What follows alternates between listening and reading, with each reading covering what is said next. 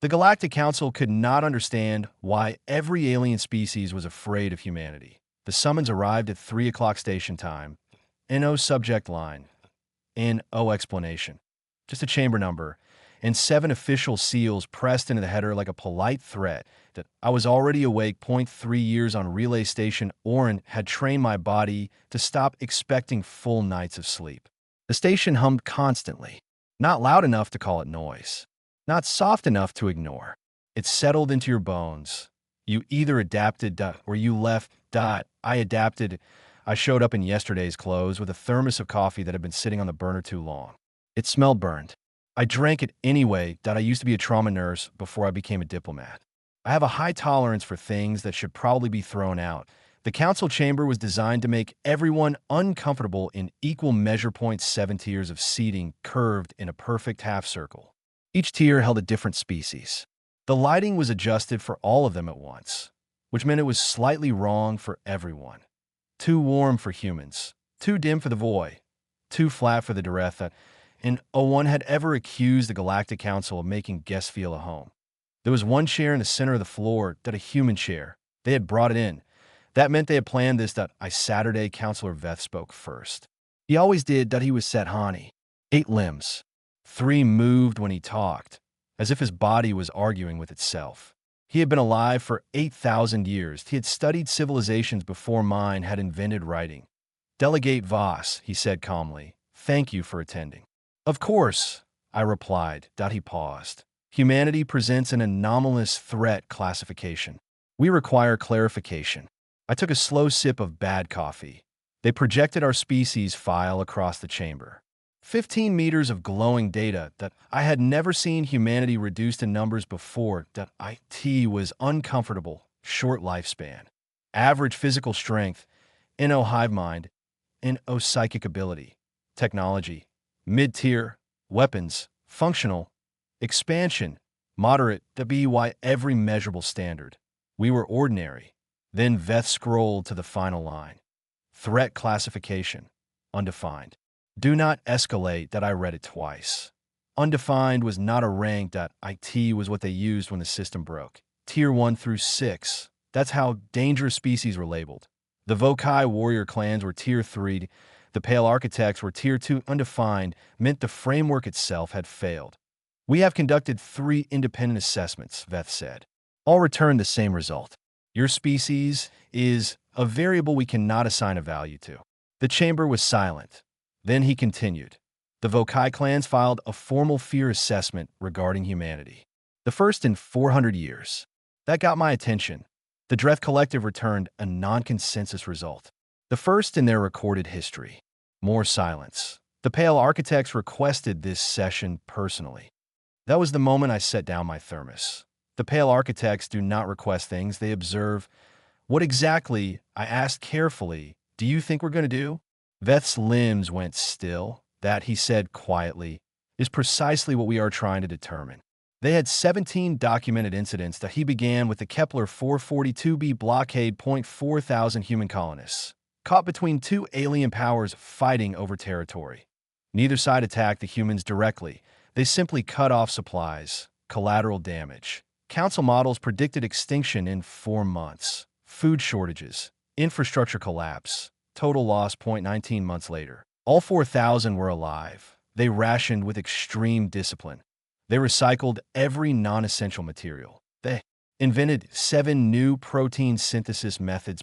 2 of those methods are now standard emergency protocol across 12 species. Around month 8, they held a cooking competition. The theme was most edible thing made from materials not meant to be eaten. I didn't interrupt Veth while he explained, but I knew what he was really asking. Not what happened. Why? The colony returned to standard operational status 6 weeks after supply restoration. He finished. 6 weeks? I asked, correct. The Vokai representative shifted in his seat. They did not adapt, he said. Adaptation implies resistance. The records show no distress behavior. He paused. They described the experience as interesting. The words sounded wrong in his voice that I cleared my throat. Dr. Owen Farr won the cooking competition, I said. Every alien in the room looked at me. He made a casserole from synthetic binding gel. It was terrible, but technically edible. He published the recipe afterward. The Vokai made a low sound. Unease. Veth moved to the second incident that a research station struck during conflict. Structural integrity reduced to 40%. Standard protocol. Immediate evacuation. The 17 human researchers did not evacuate. They moved equipment. Continued working. Point one scientist even thanked the structural damage in her research paper. IT improved the acoustics. The Dreth representative made a thin, wind-like sound. She found the event useful. Yes, I said. She's efficient. Third incident that the human soldier captured during border conflict. 8 months in alien containment. She learned the language. Not to escape. Out of boredom. By month 5. She was correcting the grammar of the guards. By month 8. The facility released her. Not under negotiation. Not under pressure. She had simply become socially inconvenient to imprison. She did not initiate survival protocols, Veth said. They calculated. I answered. He waited. They just didn't consider the odds binding. Something shifted in the room. Something old. Recess was called in the antechamber. The Vokai war leader approached me. 7 feet of armored predator. You are prey that has learned to form words, he said. Everyone watched. IT was a test. I laughed. Not polite laughter.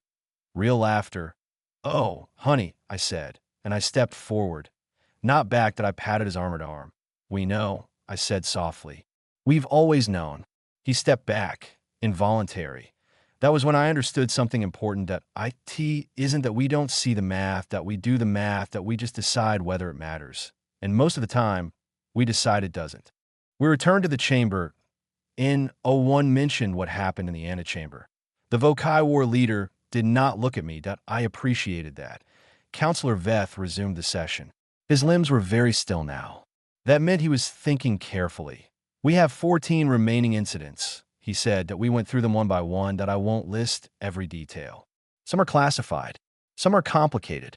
But the pattern was clear long before we reached the end. Humans in collapsing mines who built new support systems from scrap metal and kept digging.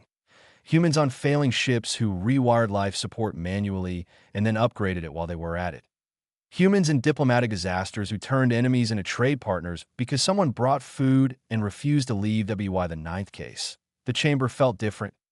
Heavy. Like pressure building before a storm. Why the 14th. No one was pretending. This was random. Veth set down his display controls. Delegate Voss, he said, we have applied 7 species analytical frameworks to your case. Every model returns the same result. He paused. An empty field where your threat level should be. He looked directly at me. I would like to ask a direct question, and I request a direct answer. Go ahead. What is the source of it? Not the behavior. The root. That I sat quietly for a moment, that I could have given them a diplomatic answer. Something clean for the official record. Instead, I told the truth. Every species in this room survives because you calculate. I said. That I looked around at the tiers. Ancient faces. Ancient eyes. You run probability models. You measure risk. You identify the threshold where survival becomes unlikely. They did not disagree. When you hit that threshold, you pull back. You preserve the core. You accept controlled loss to protect the whole. Veth inclined one limb. That is correct. It's smart, I said. It's why you're all still here. A quiet agreement moved through the chamber. We calculate too, I continued. Every human operation runs numbers. We know the odds. I'll let the silence stretch one beat longer. Then we decide the odds are someone else's problem. The room went completely still. It's not that we don't see the threshold, I said. We see it clearly. We just don't consider it binding. The Dreth made that thin wind through a gap sound again. Explain, Preth said. A probability threshold tells you what is likely, I answered. It tells you what usually happens. I leaned forward slightly. It does not tell you what is possible. The Vokai shifted. The colonists on Kepler, I continued, knew they were supposed to die. The math said so. They ran the numbers. I smiled slightly. Then someone asked, okay, but what can we build with what we have? Math describes what has been done before. That IT does not describe what stubborn people will invent when they refuse to quit. Dr. Callum in the damaged station, I said. She knew the building was compromised, but the research still mattered. So she kept going. She was not reckless. I added.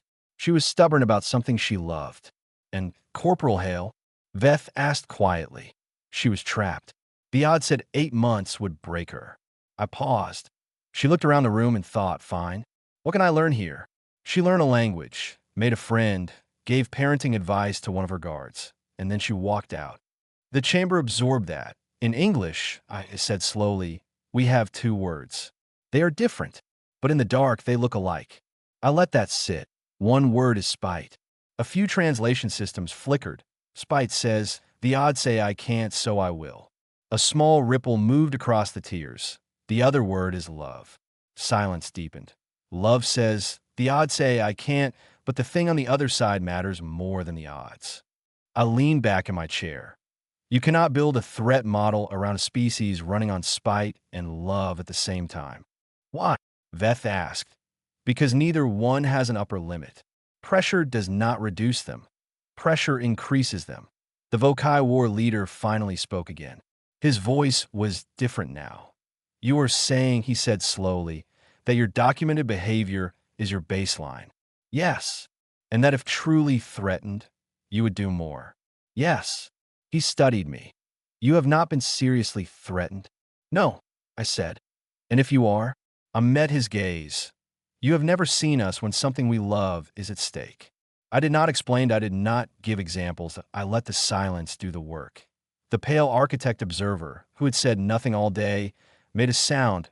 This time my translation ship did not hesitate. IT translated clearly. We know. 2 words. From a species that had watched 62 civilizations rise and fall, that had broken 2 centuries of silence just to attend this meeting that we know.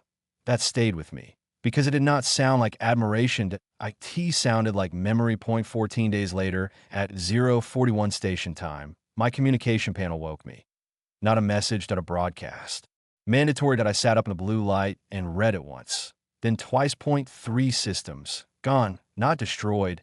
Not conquered, gone, stars still present, planets still present. But something fundamental had been erased. Matter vibrating at no frequency. Every sensor returning flat lines. That a pale architect analyst added 1 note to the data before withdrawing from the review. It is not a weapon, the notes said. It is a statement. The council convened at 0600. I arrived with better coffee this time.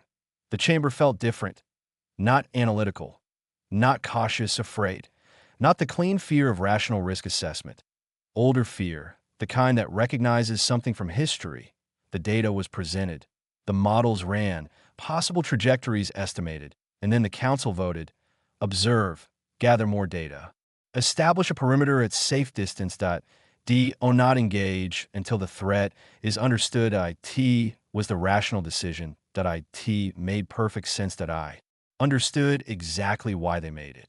And I thought about Counselor Veltith of the Marathi. I met him 16 months ago at a trade summit. He was not important politically. He was a mid-level delegate. He showed me 17 photographs of his hatchlings. 17. He talked about them for 40 minutes. The smallest one was named Rith. Rith followed him everywhere and made a specific sound when he left the room. I remember that detail very clearly. Rith's system was now a place where matter did not vibrate. The council had voted to gather more data. I stood up and left the chamber. And drama and speech. Just movement. There are moments when something shifts inside you. Not fear, not anger, something cleaner, more precise. Unacceptable. I went to the private communications room. I opened a direct channel to Earth. Calvin Marsh answered. Overnight duty, officer. You saw the broadcast, he said. Yes. I replied at a pause. The human assessment was completed 6 hours ago, he told me. Before the council vote. Of course it was. How many ships? I asked. He told me. The number was large. Larger than the council would consider reasonable. I closed my eyes for a second. We had not been pushed before. Not really. The blockade, the station collapse, the prisoner. That had been baseline, but this crossed the other line. The line is not about survival. IT is about what you love. Something had erased 3 systems, 40,000 residents, 17 hatchlings. Called it a statement. We were not going to be okay with that. Do you want me to file your advisory in the council record? Cal asked. I thought about the pale architect that we know. No, I said. Found my departure from Orin. Put me on the nearest ship. A pause. Yes, ma'am. I ended the call, finished my coffee, looked out at the dark between the stars that I was not afraid, that I was certain. There's a feeling humans have, cold, clear, exact, that IT happens when the math is finished, when the decision is already made, when the odds are no longer relevant, that I had a bag already packed, that I picked it up. The docking ring was calm, too calm. Ships were cycling through departures like any other day. Cargo moving, crew lists updating, clearance lights blinking green. The station did not yet understand that history had tilted. I stepped in a line with my bag over one shoulder and my empty thermos in my hand. In front of me stood a young human crew member, maybe 23, Frontier Unit insignia on his collar. The posture of someone who had been told he was good at his job and had just started to believe it. He turned, noticed my diplomatic markings, and straightened. Ma'am. At ease, I said. He relaxed slightly. You heard? He asked. 3 systems. I replied. He nodded once. Ran the math. I could see it happening behind his eyes. 3 systems, 40,000 civilians. Unknown threat. Unclassified vector. He was quiet for a second. Then he said one word. Well, that was IT. N-O panicked. N-O outraged. N-O speech. Just. Well, he turned back around. And that one syllable explained my entire meeting with the council better than anything I'd said. The math runs. The threshold gets crossed that we look at it. And we say, well, then we go. Earth's deployment was not loud. That's the part people misunderstand later. There were no dramatic broadcasts. No declarations of vengeance. Just quiet, rapid coordination. Civilian ships rerouted. Exploration vessels reassigned. Defense fleets redirected. Research stations repurposed. Engineers called in. Medics briefed. Linguists awakened. Strategists pulled from leave. Not because we understood what we were heading toward. Because we didn't. And that mattered less than what had already happened. By the time I boarded my transport, over 200 human vessels were already moving. Not in formation. Not as a single. Fleet.AS layers. Scouts first. Data ships behind them. Defense carriers staggered across 3 vectors. Supply lines forming before anyone asked for them. That we calculate. That we just don't wait for permission to act on the result. The council objected within 6 hours that a formal transmission arrived while we were in transit. Human deployment constitutes unsanctioned escalation. YES.IT did. Earth responded with a simple data packet. Human independent threat assessment. Projected risk of further system erasure if no immediate response. Unacceptable. Projected survival probability of deployed fleet. Below council recommended engagement threshold. Final line. Proceeding regardless. The council did not know what to do with that, because their entire system depends on thresholds. And we had just stepped past one without hesitation. 3 days into transit, the first scout reached the edge of the Cath system. The report came through compressed and raw. Stars intact, planets intact, but the background hum of the universe gone. Every human ship carries resonance monitors. We use them for navigation, for mining, for long-range communication alignment. They all return the same reading, flat. Not silence. Silence is something. This was absence, like someone had erased a color from reality. The scout captain described it simply. It feels wrong. That was not scientific language, but it was accurate. The second scout transmitted visual data. There were shapes in the dark, not ships, not structures, distortions like heat ripples across glass, only colder and enormous. The pale architect observer joined the transmission channel uninvited. That alone made half the command deck straighten. We have seen this before, the architect said, where our admiral asked, in a region no longer present. A pause. It does not conquer. It does not harvest. It corrects. Corrects what? Someone asked. The architect did not answer directly. It removes what it classifies as unstable variables. Every human on that channel understood immediately we were the unstable variables. The first distortion moved. Not toward a ship, toward a debris field left from an old mining operation that IT passed through. The debris did not explode, did not disintegrate. The IT simply stopped. Matter flattened into uniform resonance that, in O variation, An O signal point, one of our scientists whispered. It's standardizing. Standardizing, turning a living system into a solved equation. The Admiral gave the order. Engage test strike. A single rail round fired from extreme range. The projectile crossed the distance cleanly, entered the distortion. For a fraction of a second, sensors spiked. Then the round vanished from every reading we had. NO debris, NO impact. Just removed. The probability models updated instantly. Projected combat success rate, 3.4%. Below threshold. The Admiral did not pull back. Layer 2, she said calmly. Drone swarm deployed. Not attacking. Mapping. Testing boundaries. Pushing from multiple angles that we were not trying to win, yet we were trying to understand. The distortions reacted. Not randomly. They shifted toward the densest energy signatures, which meant toward our ships. Good. That told us something. They responded to resistance. That meant they were not a natural phenomenon. They were selective, and selection implies criteria, and criteria can be challenged. Back on Relay Station Orin, the Council convened again. Emergency session. Human fleet engagement had altered the projected vector of the phenomenon. Instead of drifting outward toward 2 additional inhabited systems, it had turned toward us. We had made ourselves the target. Intentionally, the Council was not pleased. Humanity has increased the probability of total loss, one delegate stated. Yes, that we had, because we had also increased the probability that someone else would survive. That calculation does not fit cleanly inside most models on the command deck. Alarms remain steady but controlled. NO panic, just data flowing faster than. Normal point 1 distortion accelerated. Close distance rapidly. Our outermost scout did not retreat. The IT boosted forward instead. Direct intercept course. Probability of survival? Someone asked quietly. 2%, the tactical officer replied. The captain of that scout transmitted one final message before impact, recording everything. The distortion met the ship. For a heartbeat, sensors went blind. Then, noise for the first time since entering the system. Noise, not flatline.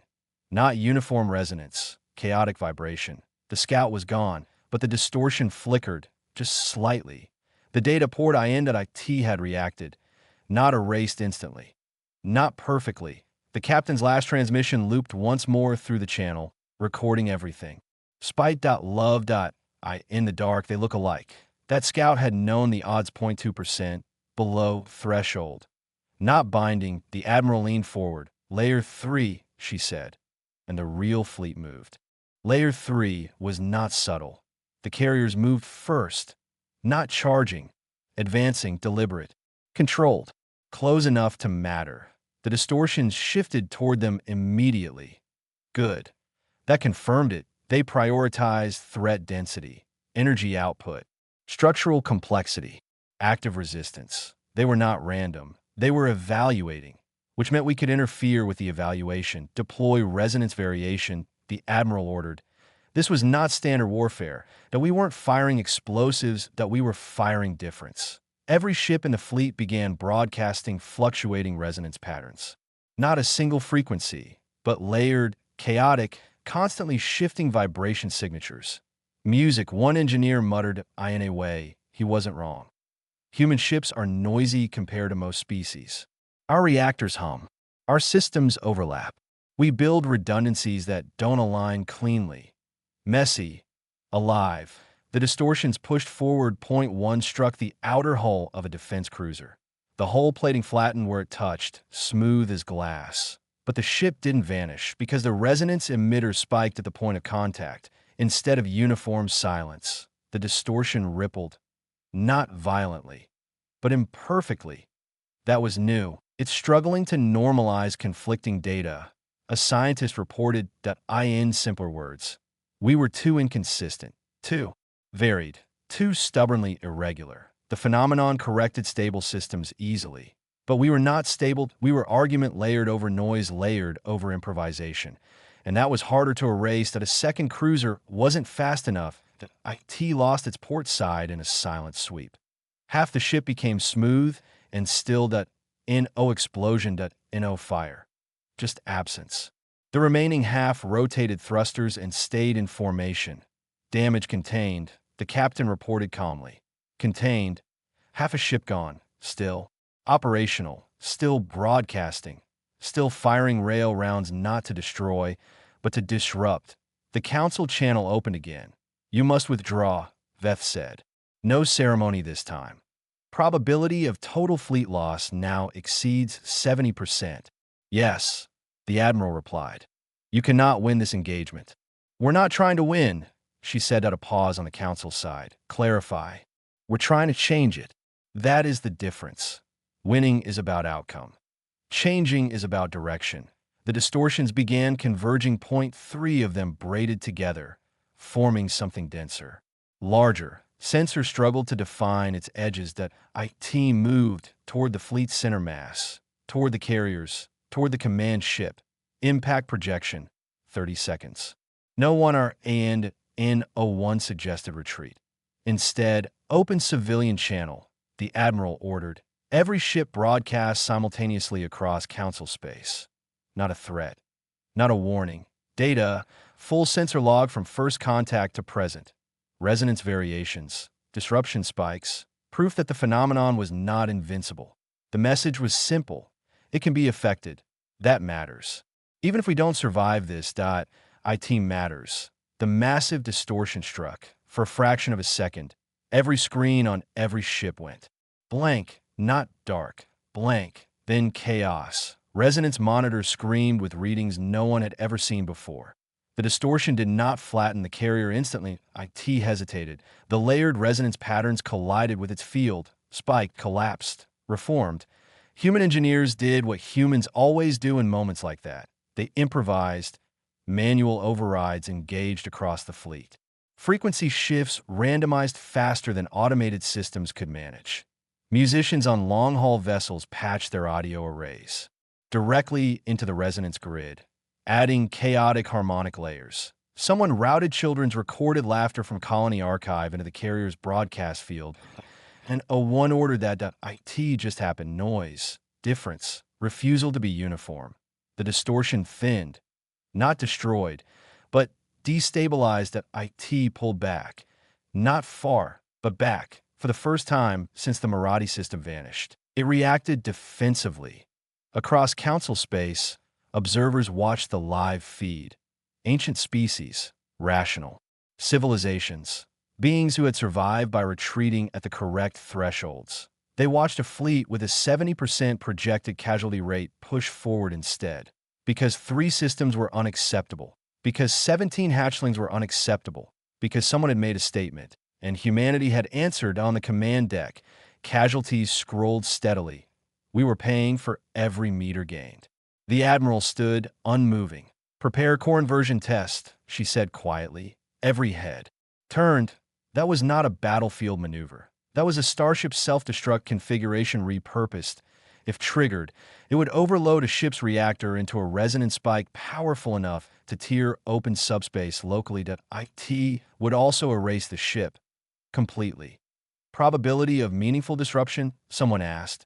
Unknown, the science lead answered. Below threshold. Always below threshold.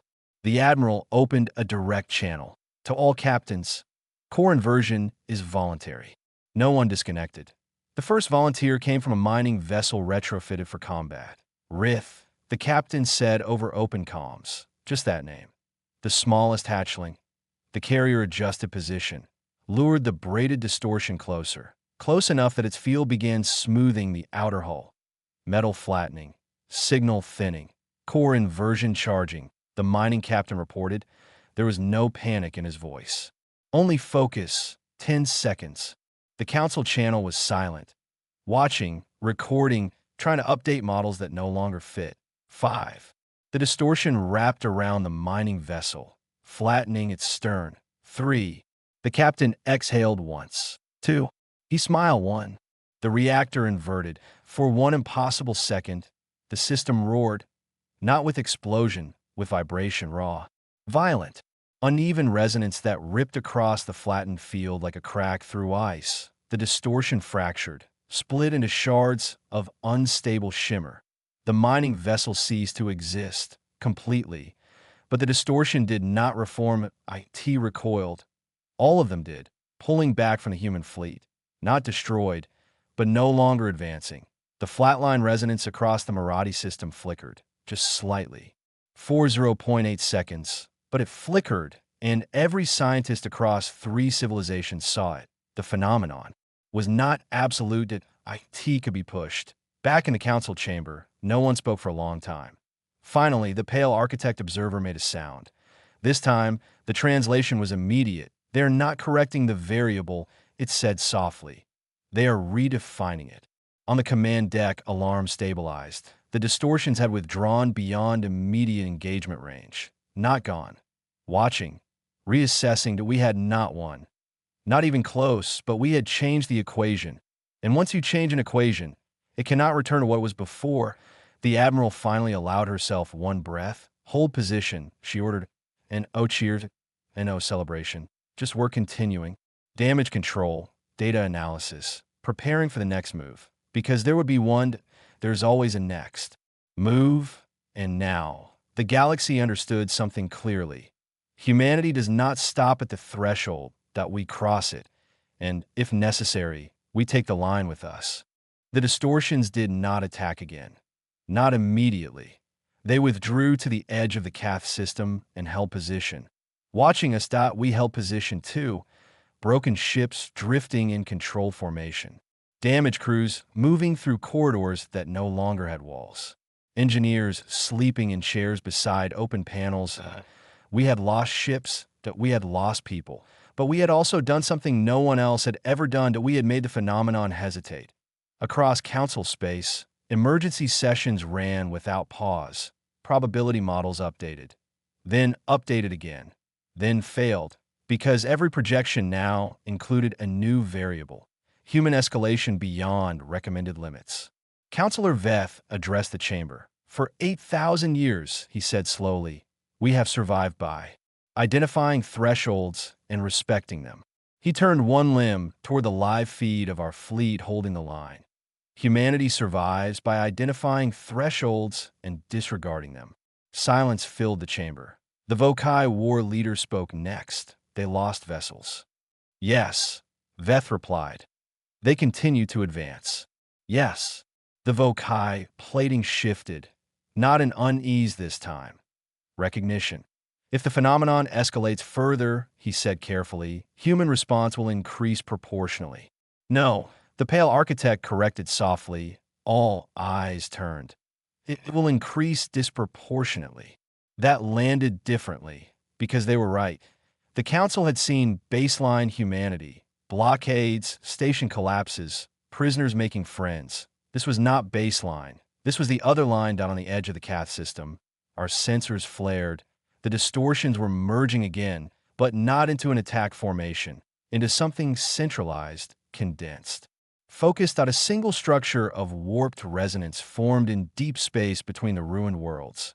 Then, for the first time, it transmitted, not in language.in, patterned on a pulse of uniform frequency, perfect, clean, mathematical.it carried information. Our linguists and physicists worked side by side. The pattern resolved into a simple structure, of proof, not of dominance, of correction. The phenomenon did not see itself as hostile, it saw itself as balancing instability. Civilizations that expanded too quickly, species that disrupted long-term equilibrium, it removed them. Not out of anger. Out of function, a gardener trimming uncontrolled growth, that we were classified as exponential instability, unpredictable. Expansion, high disruption potential. The Marathi system had been a projected branching node. Removal increased galactic stability by measurable percentage. The message ended with something that translated cleanly into a single concept. Compliance ensures preservation. Across the fleet, no one panicked. Someone on one of the carriers actually laughed. Not because it was funny, because it explained everything. Back in the council chamber, the message played in full. It offers conditional survival, one. Delegate whispered.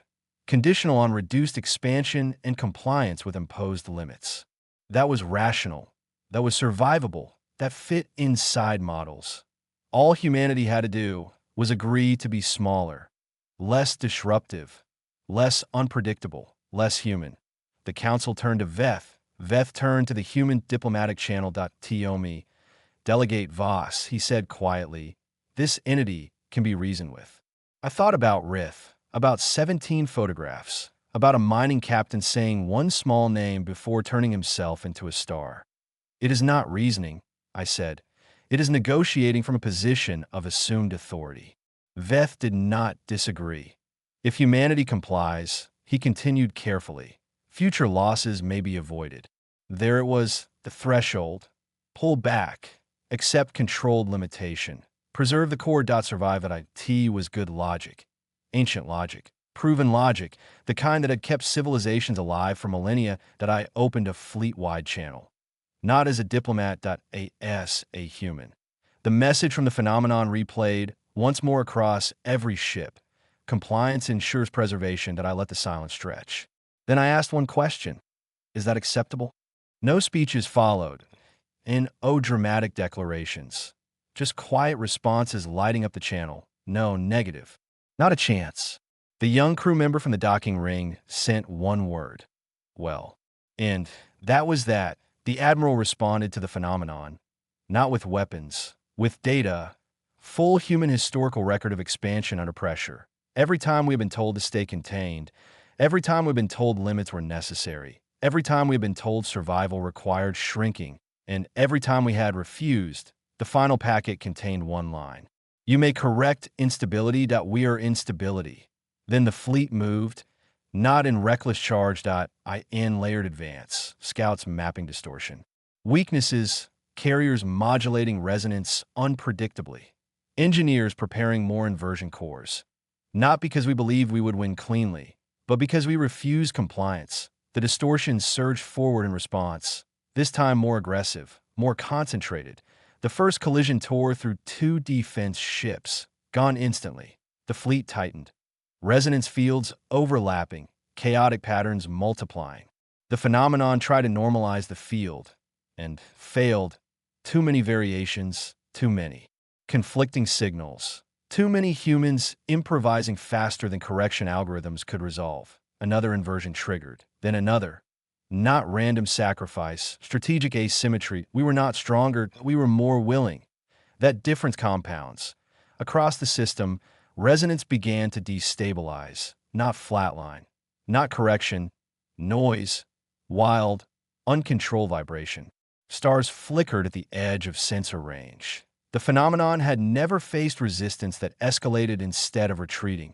Its projections had not included a species that would risk extinction rather than accept reduction. For the first time, its pulses became irregular, uncertain.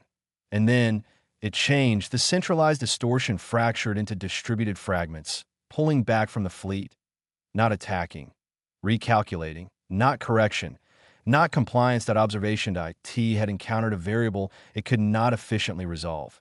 And so, it paused. Days later, the flatline resonance in the Marathi system shifted. Not restored, but no longer.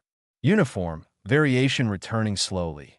Like breath after suffocation. IT would take years to rebuild, decades, but it was not erased beyond recovery. The phenomenon withdrew beyond mapped space, still present, still powerful, but no longer advancing unchecked. IT had updated its model. Humanity, high-cost variable. Unstable to correct. Escalation risk exponential. Not efficient to remove. Back in the council chamber, the final report was entered into record. Threat classification. Undefined. Not escalate. This time, the phrase meant something different. Not fear of what we might do without cause. Recognition of what we will do with one. Counselor Veth addressed the chamber one last time. Humanity does not respect thresholds, he said. The pale architect added softly. They redefine them. The HFY War leader inclined his head slightly in my direction. Predator acknowledging something that does not behave like prey, and I finally understood why every alien species feared humanity. IT isn't because we are the strongest. Or the oldest or the most advanced. IT is because when something we love is threatened, we do the math that we understand the odds. And then we decide the odds are beside the point. Spite. Love. I in the dark. They look the same, and neither one has a ceiling. We are not fearless, that we are not reckless, that we're simply unwilling to accept that survival requires becoming smaller. The galaxy runs on probability, that we run on decision. And once that decision is made, we go undefined, not because we lack limits, but because we refuse to let anyone else define them.